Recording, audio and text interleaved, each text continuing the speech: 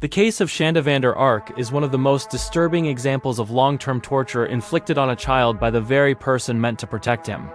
Today, we examine the tragic death of 15-year-old Timothy Ferguson, a disabled teenager who endured months of starvation, cold exposure, sleep deprivation, and psychological torment before losing his life in July of 2022. What happened inside that Michigan home is a chilling reminder of how cruelty thrives behind closed doors, and how systems can fail those who cannot speak for themselves. Shanda lived in Norton Shores, Michigan. Outwardly, nothing about the home indicated the horrors within. But behind those walls, Timothy, a disabled teen who depended entirely on his caregivers, was slowly being broken down physically and mentally. At the time of his death, he weighed only 69 pounds, a weight medically consistent with extreme starvation. Prosecutors described what happened as deliberate, calculated torture. And the evidence proves this was not neglect or a moment of uncontrolled anger. This was a systematic breaking of a child over time. One of the most devastating forms of torture Timothy endured was intentional starvation. Food was kept under lock and key. The refrigerator was secured with padlocks. The pantry was chained shut. Timothy's meals were withheld to the point where his body began consuming itself. His ribs protruded. His energy weakened. He struggled to walk, and yet even when he begged for food, he was denied. Starvation wasn't a condition of poverty. There was food inside the home. It was used as a method of control. Timothy was also subjected to repeated ice baths. These weren't cold showers. They were prolonged immersions in tubs filled with freezing water and ice. For a child already weakened by starvation, every minute in that tub pushed him closer to hypothermia. Medical testimony revealed that these forced ice baths were a major factor in his deteriorating state, lowering his core body temperature again and again. He was also punished with hot sauce. Not as food, but as pain. Hot sauce was applied to sensitive areas of his skin, particularly around his face and nose. This produced burning sensations, humiliation, and psychological distress.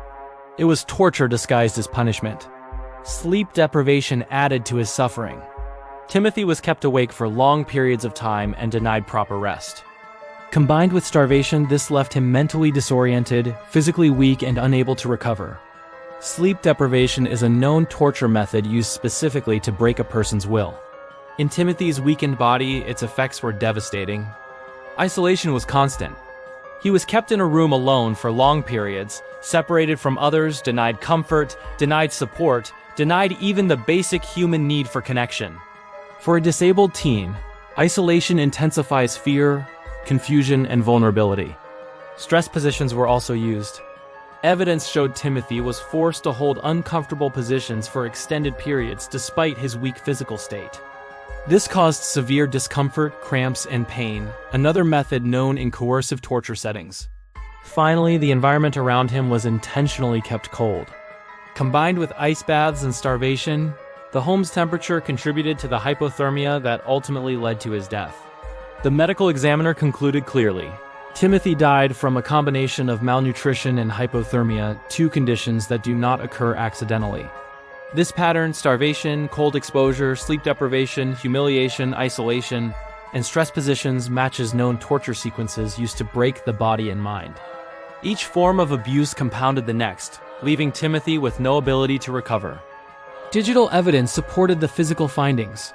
Text messages, digital logs, and statements from family members revealed the abuse was deliberate, planned, and repeated.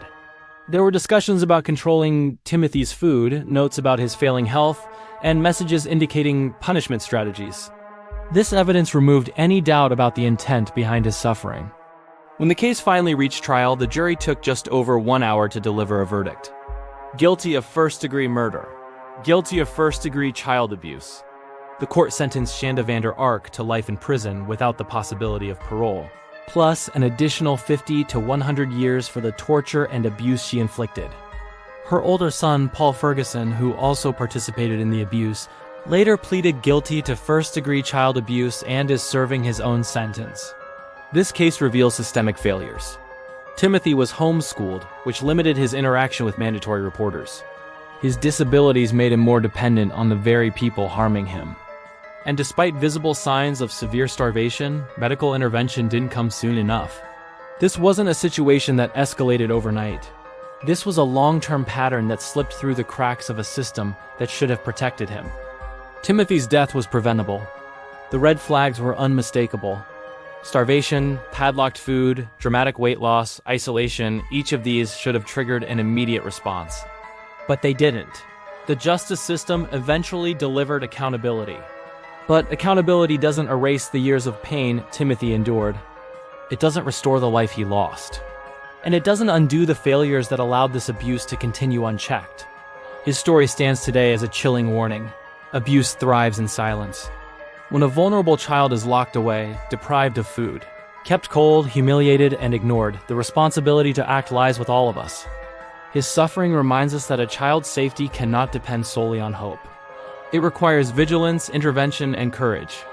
By telling his story truthfully, we honor Timothy, not by sensationalizing his suffering, but by acknowledging it, understanding it, and making sure it is never ignored again.